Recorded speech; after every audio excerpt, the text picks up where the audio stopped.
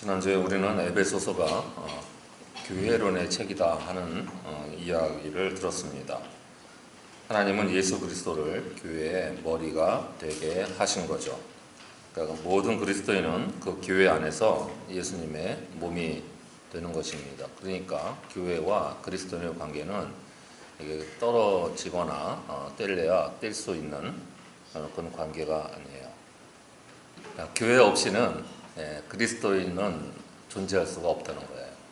그게 이제 교회론의 가장 중심적인 내용입니다. 오늘 사도 바울은 에베소 교회에 보내는 편지에서 무엇보다도 감사의 기도를, 교회를 위한 목회 기도를 올리는데 이 기도는 에베소 교회만이 아니고 이제 모든 사도 바울이 목회하던 모든 교회를 향하여 드리는 공통적인 내용이었습니다. 따라서 오늘 본문은 사도 바울이 교회 전반을 향해서 드리는 기도이면서 그 안에는 예수 그리스도의 몸된 교회 안에서 우리 그리스도인들이 얻게 되는 영적인 내용들이 담겨 있습니다. 바로 교회를 통해서 열리게 되는 세 가지의 눈을 말씀하고 있는데 오늘은 그것이 무엇인가를 함께 배워보겠습니다.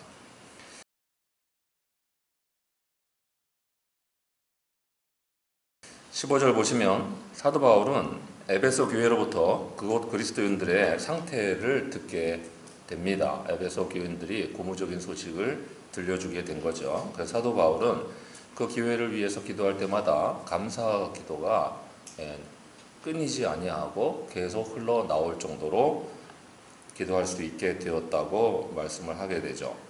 그렇게 목회자인 바울의 기도에 감사가 넘치게 되어서 쉬지 않고 감사할 수 있게 된 이유는 두 가지 때문인데 바로 에베소 교회의 그리스도인들의 믿음이 얼마나 잘 자라나고 있는지를 첫 번째는 들었기 때문인 거예요.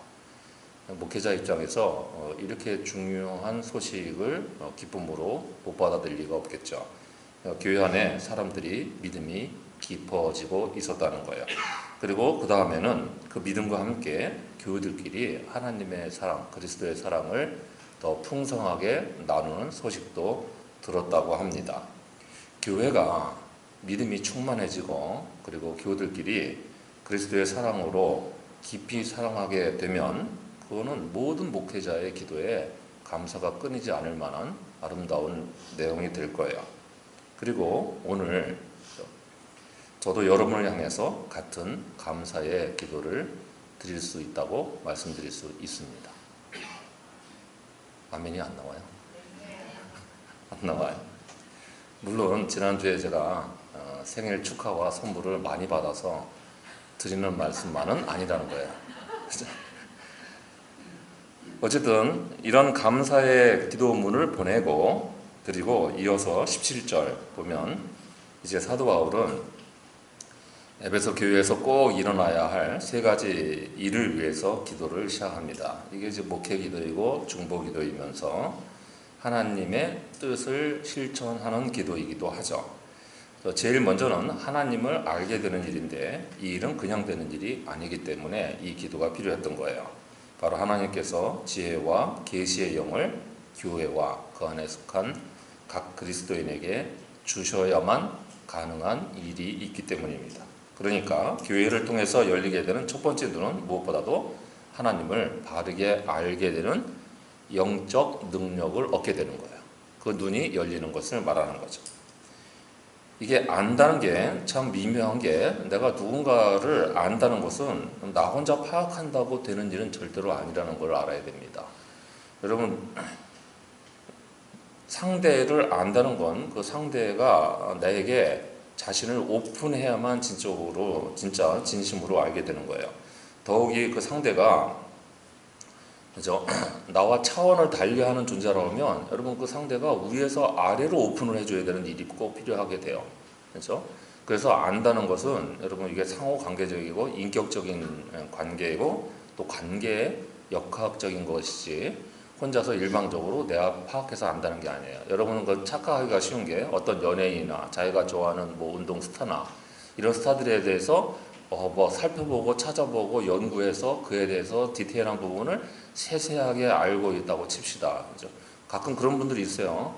목사님 생일은 기억도 못하면서 야구 선수 생일은 기억하고 있는 사람들이 있는 거야. 몹시 서운하더라고요. 그러니까, 예.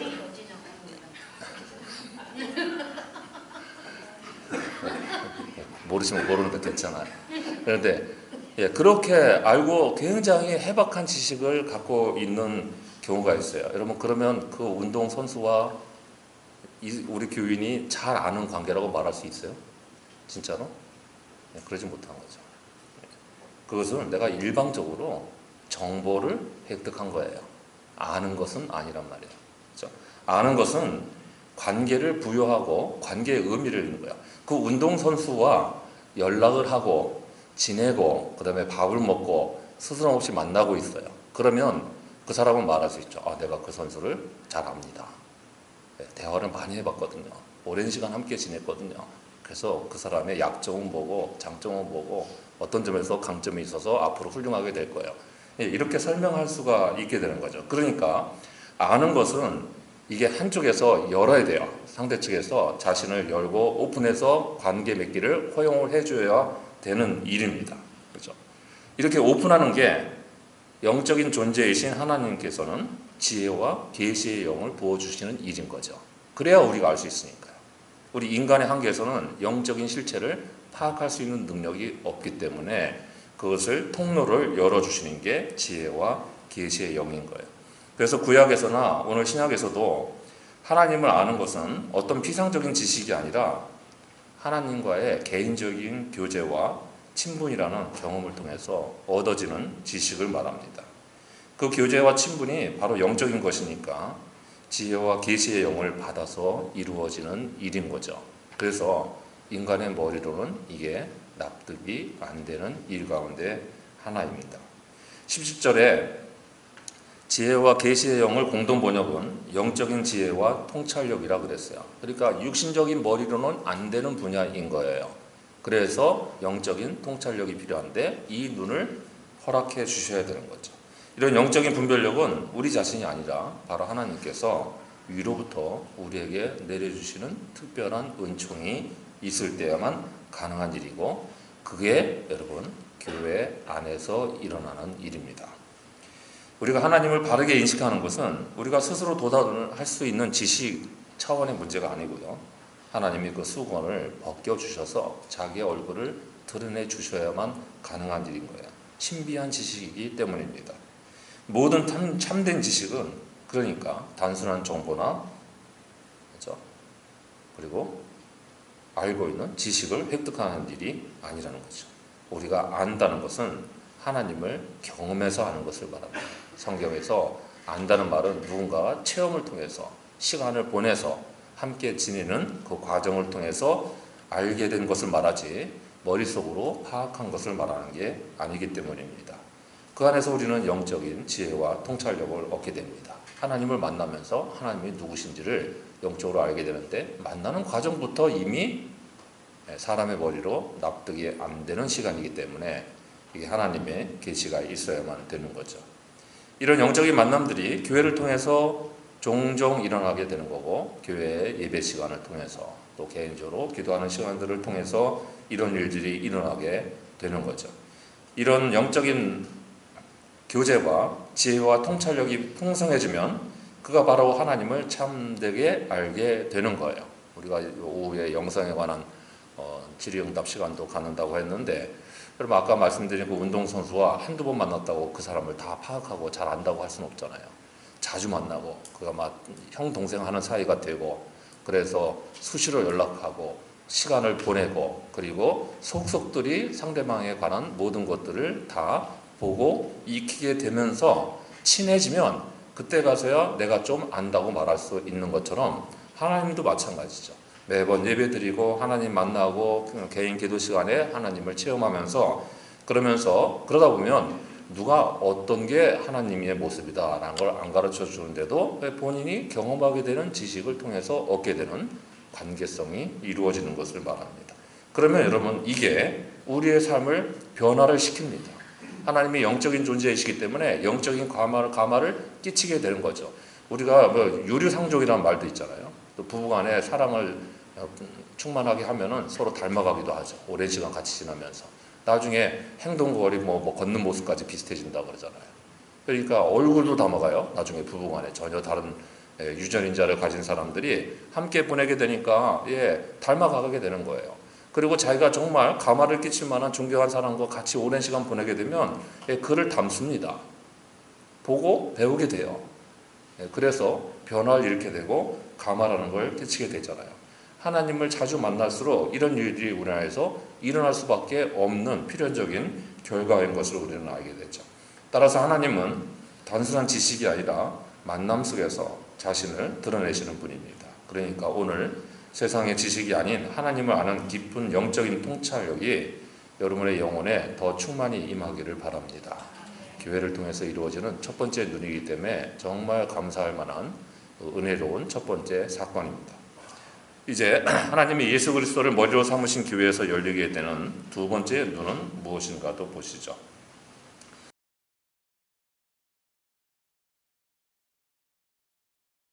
18절 보시면 교회 안에서 열리는 두 번째 것은 바로 마음의 눈이 밝아지는 일입니다. 이 마음의 눈이란 그 뒤에 나오는 이제 세부 항목으로 세 가지를 볼 수 있는 눈을 말하는데요.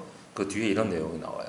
부르심의 소망, 그리고 그 기업의 영광의 풍성함. 이게 말이 한번 꼬였기 때문에 좀 복잡해지는데, 하늘나라에서 우리가 받을 상소, 그 축복이 얼마나 큰지, 그리고 19절을 보면 하나님의 능력도 받게 된다는 거예요. 그런데 앞에 있는 부르심의 소망과 기업의 영광의 풍성함은 사실 두 가지가 하나죠. 다 부르심의 소망은 하늘나라 가는 소망을 말하니까 하늘나라에서 받을 은혜와 축복들이 다 한 가지인 거예요. 그러니까 그거 하나로 묶고 보면은, 자, 마음의 눈이 밝아지게 되면 무엇보다도 부르심의 소망, 곧 하늘의 삶의 소망을 두는 눈이 생기게 됩니다. 이것이 사도 바울이 교회를 향하여 드리는 기도이자 우리가 교회 안에서 열리게 되고 갖추어야 될 두 번째 눈입니다. 하나님이 그리스도 안에서 교회에게 주신 충당할 수 없는 하늘의 은혜가 무엇인지를 볼 수 있게 되고 그것을 소망 삼을 수 있게 되는 눈이 생긴다는 거예요. 따라서 교회에서 열리게 되는 두 번째 눈은 하늘의 소망을 둘 수 있는 눈을 말합니다. 하나님의 기업이 얼마나 풍성한가 하는 것은 공동 번역대로는 물려받은 축복이 얼마나 큰지를 말합니다. 이거 우리가 물려받았다는 거예요. 그렇죠? 원래 가지고 내 권리로 태어난 게 아니고요. 나중에 누군가에게 전혀 알지 못하는 사람의 상속을 받은 거예요. 가끔 그런 일이 생기잖아요. 어쩌다 보니까 사돈의, 그죠? 사돈의 팔촌이 우리 친척입니까? 사돈의 팔촌 중 한참 넘어가는 저 항렬 아래쪽에 있는 어떤 사람이 자식이 없어 유산을 남겼는데 그게 당신에게 연결됐습니다 라고 연락이 오는 사람들이 있어요. 가끔 보면, 교회 안에서 보면. 저는 왜 그런 게 안 생기는지. 근데 가끔 보면은 느닷없이 누군지도 모르는 할아버지 뻘 되시는 분이 재산이 남았는데 그게 아무도 상속자가 없어서 당신 차례가 됐습니다 하고 연락이 왔다라고 하는 이런 이제 횡재에 가까운 소식을 듣는 사람들도 제가 가끔 봤습니다. 이런 소식을 듣잖아요. 여러분, 우리가 그런 상황처럼 된 거예요. 이게 도대체 누군지도 모르는 분한테 하늘나라라고 하는 것을 물려받게 된 거죠. 아무것도 모르는 시절에요. 그렇게 된 거예요. 우리가 하나님의 백성이 되면서 그러면 하늘에서 내려오는 축복을 얼마나 많이 누리게 되었을지를 한번 생각을 해보세요. 기도하면 응답을 주십니다. 여러분, 이게 축복이 아니면 도대체 무엇입니까? 우리가 누구간데 알지도 못하는 분한테 구원을 받고 그분에게 빌면은 응답을 주신다는 약속을 받냐 말이에요. 이게 상속권이라는 게 아니면 여러분 무엇이겠어요? 또 하나님의 보살피심을 받는 축복은 또 어떻겠습니까? 더 나아가서 하늘나라에 들어가는 것 자체도 우리에게는 권리가 없었던 일인데 특정 선별이 돼서 이 자리에서 그것을 누리게 된 거잖아요. 그리고 더 나아가서 결국에는 우리의 삶의 궁극적인 목표는 하늘나라 들어가서 사는 삶인 거예요. 그러니 오늘 우리가 얼마나 하늘의 소망을 두고 살고 있는지, 우리의 눈이 얼마나 제대로 됐는지를 한 번쯤 점검해 볼 필요도 있겠죠. 영적으로 마음의 눈이 밝아지게 되면 우리는 세상의 것이 아니라 하늘의 것에 소망을 두는 쪽으로 중심이 옮겨가게 되어 있습니다. 이 땅의 것에 아둥바둥하는 일들이 사라지게끔 되어 있는 게 정상이에요. 따라서 우리가 아직도 이 땅의 것들에 눈이 고정되어 있고 또 그만큼 우리가 땅의 것에 집착하고 있다고 하면 우리의 눈은 지금 분명히 허용이 됐는데도 불구하고 뜨지를 못하고 있는 거예요. 여러분, 보배와 같은 눈을 주셨는데 눈을 감고 있으면 보이는 게 없는 건 똑같잖아요. 이런 상황이 된 거죠. 비유적으로 보자면 눈이라는 관점에서는 땅의 것은 가까이 있고 하늘의 것은 멀리 있기 때문에 눈이 어두운 사람은 그저 자기 눈에 가까이 있는 것만 볼 수가 있게 되잖아요. 멀리 있는 거 안 보인단 말이에요. 그죠? 눈이 밝아지면 여러분 그게 보이는 거죠. 영적인 눈이 밝을수록 우리는 하늘의 기업과 축복을 더 크게 잘 보고 느낄 수 있는 법입니다. 그렇죠? 우리가 찬양 예배 때 보게 될 영성 문제도 영성은 영적인 눈을 깊어지고 밝아지고 맑게 만드는 것을 말해요.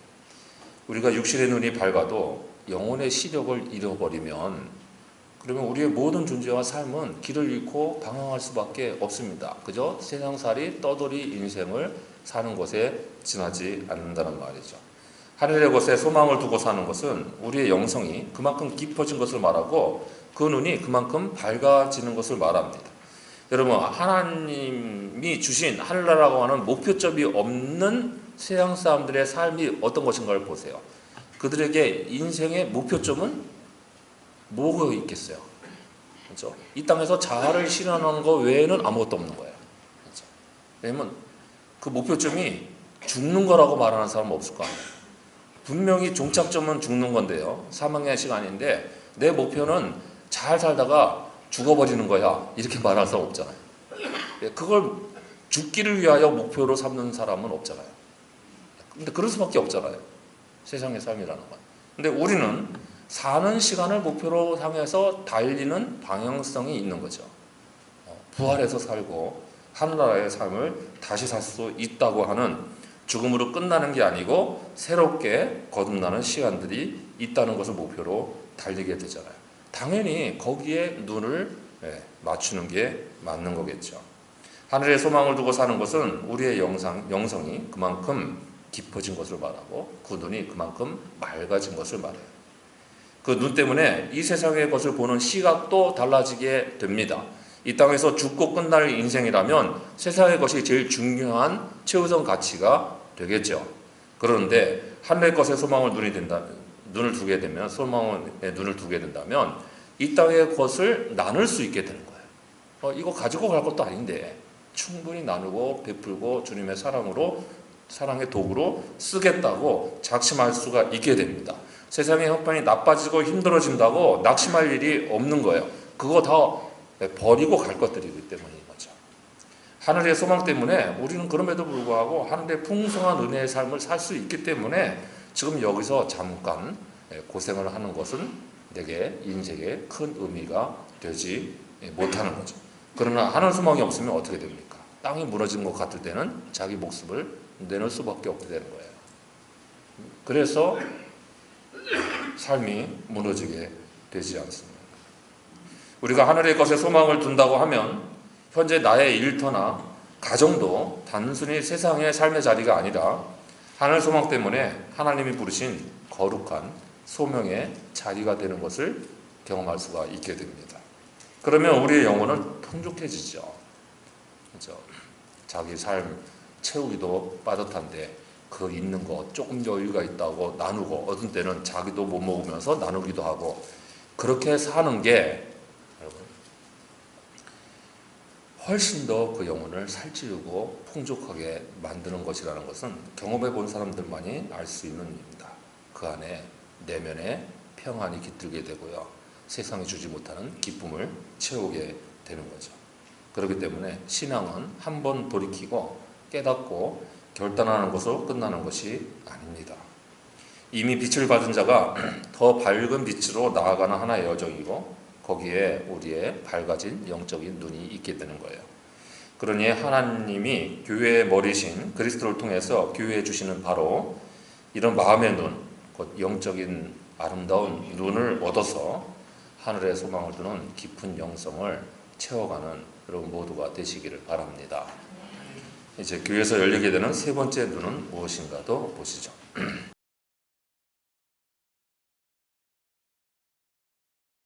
19절 보시면 그의 힘의 유력으로 역사하심을 따라라는 구절이 있습니다. 개역 개정의 번역들이 참 어려운 게 아직도 이게 개정을 했는데도 어렵죠. 이게 무슨 뜻이냐면 믿는 사람들은 우리에게 강한 힘으로 활동하신다 하는 뜻이에요. 약간 풀어야 이해가 되기가 쉽잖아요. 이런 활동하시는 하나님의 능력이 얼마나 큰지를 우리가 알게 되는 기도를 이제 세 번째로 사도 바울이 드리게 되는 거죠. 19절을 보면 이 에너지와 관련된 낱말이 무려 4개나 쓰이고 있습니다. 첫 번째는 힘이라는 말이 나오잖아요. 그리고 두 번째는 위력이라는 말도 나와요. 이거 다 에너지 관계된 용어죠. 그 다음에 역사한다는 말도 나와요. 활동한다는 얘기도 나오고, 그 다음에 능력이라는 말도 나와요. 디나미스. 여러분 뭐 흔히들 쉽게 상징적으로 다이너마이트가 여기서 나왔다 하는 이런 좀 가정법이긴 하지만, 어쨌든 이런 네 낱말이 모두 사용되어서 나타내시는 바는 바로 하나님의 손길이 얼마나 강력하냐 하는 점을 보라는 거예요. 교회 안에 들어와서 믿음 생활하면서 우리가 눈이 열리는 경험을 한 것 중에 하나가 바로 하나님의 역사하시는 능력이 얼마나 강력한가 하는 점입니다. 이것을 체험하는 것도 우리의 눈이 열려야 가능한 거죠. 똑같이 하나님의 능력이 역사했는데요, 그게 하나님의 능력이라고 볼 줄 모르는 눈도 있다는 거예요. 하나님의 능력을 체험하는 믿음 또한 하나님께서 교회의 머리신 그리스도를 통해서 그 안에 있는 성도들에게 허락해 주시는 눈 가운데 하나입니다. 여러분 우리말에도 이런 말 있잖아요. 눈이 보배다 하는 말이 있잖아요. 눈이 잘못되면 사람을 잘못 만나기도 하고요. 눈 잘못되면 사기꾼 만나요. 그렇죠? 미혹되는 눈이 있으면, 그리고 눈이 바르지 못하면 그 삶의 방향도 잘못됩니다. 동시에 같은 사건이나 같은 상황, 같은 처지에 관한 관점이 달라지면 그러면 그게 믿음의 눈이 되느냐 불신앙의 눈이 되느냐가 갈리는 일도 생겨요. 믿음의 눈이 없으면 하나님이 아무리 강력한 역사를 해주셔도 그냥 우연에 치부하는 수준에 머물기 때문입니다. 알아챌 수가 없는 거죠. 하나님이 어떻게 움직이셨는지를 모르게 되는 거예요. 인간을 하나님의 작품으로 보는 시각, 그런 눈을 가진 사람과 그저 우연히 태어나서 자기 마음대로 살 수 있다고 바라보는 관점을 가진 시각, 그런 눈을 가진 사람의 인생의 차이는 얼마나 날지를 비교해 보셨어요? 두 사람의 인생관이 다르지 않습니다. 이것은 수준 차이가 아니라 운명이 달라지게 됩니다. 그리고 삶의 방식도 완전히 달라지는 차이를 드러내게 됩니다. 일제강점기 때 매당 심인권 장로님이라는 분이 계셨어요. 그분은 이제 선천에 있는 신성학교에 교사를 하셨는데, 그때 막 일제가 신사참배를 강요하던 시기라서 학교에서도 신사참배를 하라고 하니까 이게 이제 신앙인이셨던 이 장로님은 그것을 할 수가 없어서 거부를 했단 말이에요. 그러니까 교사직을 파면당하게 됩니다. 그러니까 파면당하니까 뭐 일절 아무 말도 없이 파면당한 다음에 그 학교 앞에 가서 신기료 장사라는 것을 해요. 여러분 신기료 장사가 뭔지 혹시 보신 분 있으세요? 신기료 장수라고 그랬지, 장수를. 아시는 분 계세요? 예, 지사님 상당히 연로하십니다. 이거 정말 연로하신 시골 분들이나 아실 수 있는 거예요. 그러니까 신기료 장수는 신을 고쳐주고 기워주는 일들을 하는 장수, 그런 일, 신발을 고쳐주는 일, 옛날 구두수선 같은 건데 그 당시 구두가 없었기 때문에 집신, 고무신 이런 거를 떼어주는 이런 시절에 이제 장수였어요. 그러니까 신을 깁는 장사를 학교 앞에서 합니다. 자기가 가르쳤던 학생들이 왔다 갔다 하면서 파면당한 선생님의 모습을 보는 것만으로도 신앙 교육이 된 거죠. 왜 파면당했는지 뻔히 아니까요. 신앙 때문에 신앙의 절기를 지키려고 신사참배를 거부했던 우리 스승님이 거기서 학생들 신발을 기워주고 있으면서 무언의 이런 교육을 실천하셨던 분입니다. 근데 그분이 새하늘과 새 땅이라는 책에 눈에 관한 이러한 글을 남기셨어요. 잘 들어보세요. 이게 일제시대 때 이야기니까 얼마나 선각자의 눈인지를 보세요.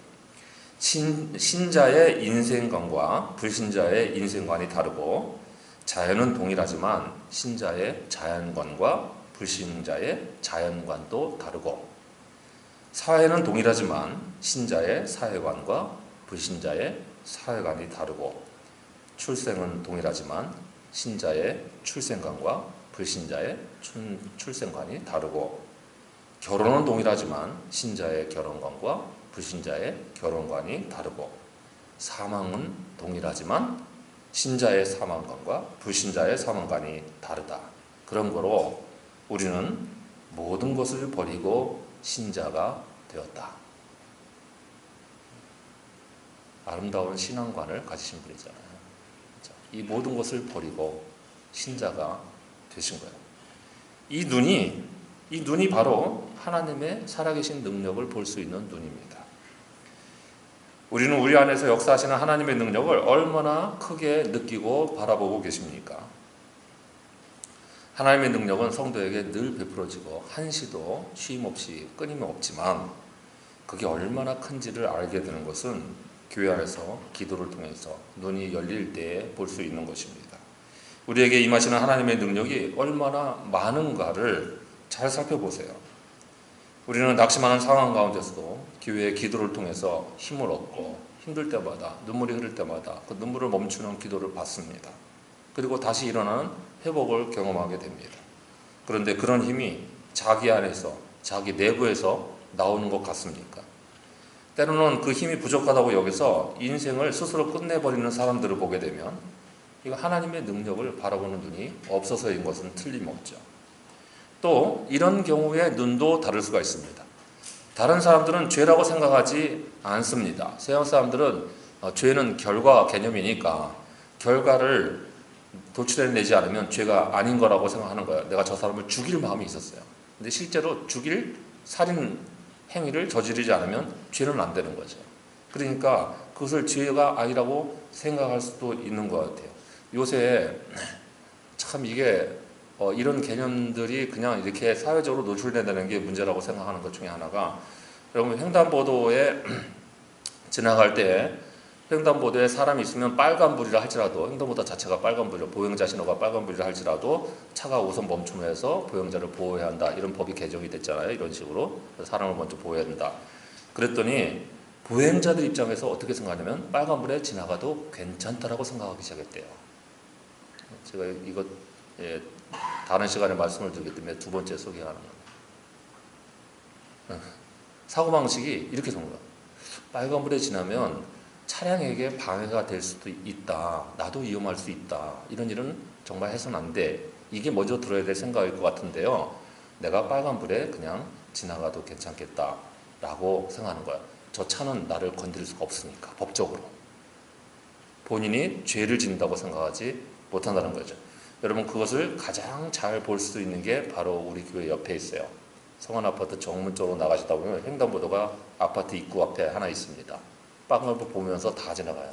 그게 없던 곳에 생겼기 때문에 이런 일이 생기는 거예요. 거기 들어올 때 보면은 그냥 차가 빨간불이기 때문에, 보행자 신호가 빨간불이기 때문에 차가 글로 진입하려고 하는데 보행자가 아무런 미안하다는 표시도 없이 그냥 빨간불인 걸 보면서 지나갑니다. 자기 신호가 빨간불인데 차가 들어오고 있는데 지나가요, 그냥. 이런 일들을 너무 많이 여러분 보게 되는 거죠. 다 신내동 주민이겠죠.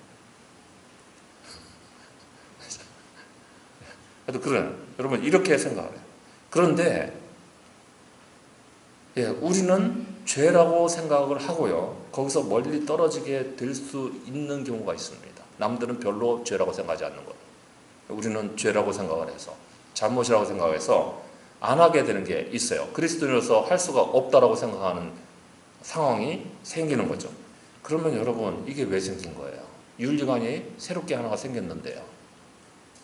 남들은 지키지 않는 윤리관이 생겼는데요. 하나님의 능력 때문에 일어난 결과들입니다. 또 같은 상황이라도 하나님이 도우시는 능력을 행해 주셔서 그렇다고 볼 수 있는 것도 믿음의 눈입니다. 이런 눈들이 가득하게 되면 이 세상에서 그런 믿음을 지닌 이들은 이길 수가 없게 됩니다. 남이 법이라고 규정하지 않았는데 죄악된 것을 스스로 가려내서 지키는 사람들을 어떻게 이겨요? 그 떳떳함과 정당함과 그 평안을 지닌 사람을 어떻게 감당할 수가 있겠어요? 그렇죠? 죽은 자를 살리시는 하나님의 능력이 이미 우리가 속한 교회의 머리신 그리스도 안에서 일어났는데 우리가 이 땅에서 이기지 못할 일은 또 무엇이 있겠습니까? 상황과 문제 자체는 어떤 때는 이기지 못하는 것 같아요. 믿음이 있다고 죽을 사람이 안 죽는 건 아니죠. 병든 사람이 병들어서 살아나는 경우도 있겠지만은 보통 병들면 죽은 게 자연의 이치예요. 그런데 그 받아들이는 인생관이 다르기 때문에 죽음을 받아들이는 자세가 달라져서 이미 사망을 넘어서는 상태가 되는 것이 이기는 것이죠. 세상의 죽음도 이기는 눈이 생기는 거예요. 교회의 머리신 그리스도의 부활과 승귀에서 나타난 동일한 하나님의 능력이 우리 안에 이렇게 활동하고 강력하게 역사하고 있는 것입니다. 그러니 우리의 믿음은 결코 연약한 것이 아닙니다. 문제는 그 하나님의 능력이 없는 게 아니라 그 능력을 보지 못하고 사는 게 문제인 거죠. 하나님은 이미 여러분 안에 부활의 능력을 넣어 두셨습니다. 그렇기 때문에 죽어도 우리가 하늘나라에 가게 되는 것이지 않습니까? 절망을 이기는 능력과 죄를 끊는 능력, 다시 일어나는 회복의 능력이 모두 하나님의 강력한 능력들입니다. 하나님은 이렇게 자기 백성의 눈을 여시는 분이십니다. 너무나도 많은 그런 사건 중에 대표적인 것만 성경에서 한번 추려서 정리를 해보세요. 아브라함이 자기 아들 이삭을 바치는 그 순간에 하나님의 아브라함의 눈을 여셔서 이삭을 대신하여 드릴 양을 보게 해주셨습니다. 그래서 아브라함이 그곳의 이름을 여호와 이레라고 명명을 했어요. 이레는 보다는 말이에요. 보여주신다. 하나님이 보여주실 거다. 이 말인 거죠. 그게 하나님의 능력이었죠. 엘리야가 로뎀나무 아래서 자기 연민에 빠져서 이제 그만 죽기를 기도합니다. 주님 저 좀 데려가 주세요. 이렇게 기도하고 있을 때 하나님이 천사를 보내셔서 그를 보게 하고 나아가서 하나님의 능력이 어떻게 나타나는지, 네가 이루어야 될 세 가지가 아직도 남아있다는 걸 보게 해주시죠. 엘리사가 아람 군대의 포위를 보고 두려워하는 자기의 서한 게하시의 눈을 열게 해달라고 하나님께 기도를 드리자 그 게하시는 하늘의 불멸과 불병거가 가득한 것을 하나님의 능력이 얼마나 큰지를 볼 수 있게 됩니다. 그리고 마지막으로 예수님은 이 세상에 계시는 동안에 맹인들의 눈을 뜨게 해주셨는데 하늘에 올라가신 후에는 사울이 자기 신념에만 갇혀서 자기 이데올로기에 갇힌 거죠. 종교 이데올로기에. 그게 몰두해서 예수님의 제자들을 핍박해서 잡아서 죽이고 있을 때 예수님은 그를 다메섹 도상에서 강한 빛으로 시력을 빼앗으셔요. 꿇어 엎드리게 만드시죠. 그러고는 아나니의 안수를 통해서 새로운 눈을 다시 뜨게 해주셨어요. 그의 눈이 열려서 바뀐 눈을 얻게 되자 그는 평생 교회를 위하여 헌신하고 마지막에는 자기 생명을 주님께 바치는 사도가 되었습니다. 그리고 그렇게 눈을 여셔서 하나님의 놀라운 능력을 보게 해주심은 바로 저에게도 그리고 여러분에게도 임해서 오늘 우리가 여기서 목사와 성도로 자리할 수 있게 된 거예요.